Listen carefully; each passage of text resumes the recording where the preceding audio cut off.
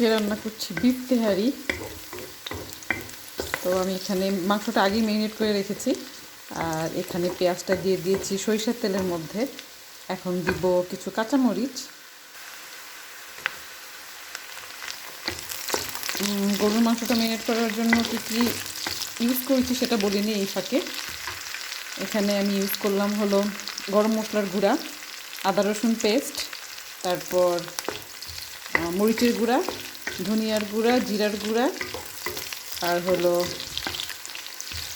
দই, আর শেষে অল্প একটু সরিষার তেল দিয়ে আধা ঘন্টার জন্য আমি ম্যারিনেট করে রেখেছি। আপনারা ইচ্ছা করলে একটু বেশি সময়ও রাখতে পারেন। ম্যারিনেট করা মাংসটা দিয়ে দিয়েছি। এখন এটাকে ভালো করে নেড়ে তারপরে কষাতে দিব।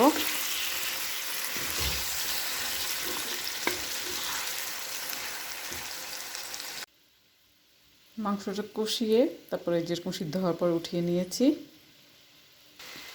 এখন সেই সেম পাতিলেই মানে উঠিয়ে নিয়ে কিছুটা যে তেল একটু ঝোলের মতো রয়ে গেছে, এখানে আমি কাঁচামরিচ দিয়ে দিয়েছি। এখন চালটা দিয়ে দিব।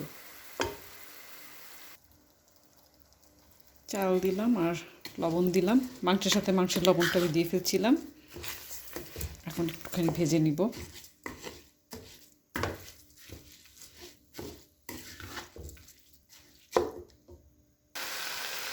ভেজে নেওয়ার পর এখন পানি দিয়ে দিচ্ছি।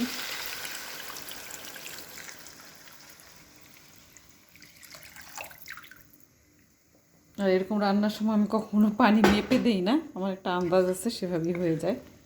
কখনোই মানে এরকম হয় না যে নরম হয়ে গিয়েছে বা শক্ত রয়েছে। তা আমার আরেকটু পানি লাগবে। যে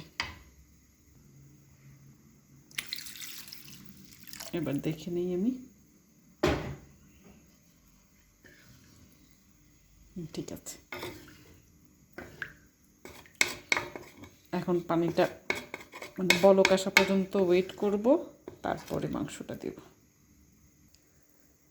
বলে চালের পানিটা যখন বলক চলে আসছে তখন এই যে মাংসটা দিয়ে দিলাম, দিয়ে এখন নেড়ে দিচ্ছি।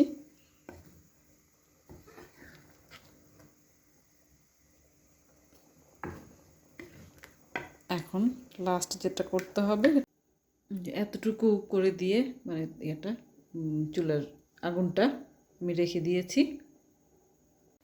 এখন সবার শেষে দিয়ে দিচ্ছি আর একটু কাঁচামরিচ, বেশি না। আর দিচ্ছি হাফ টেবিল স্পুন কেওড়া ওয়াটার দিয়ে আবার একটুক্ষণের জন্য ঢেকে দিচ্ছি। তো হয়ে গেল আমার মজার বিফ তেহারি। আপনারাও ট্রাই করবেন এবং জানাবেন কেমন লাগলো। ভালো থাকবেন সবাই।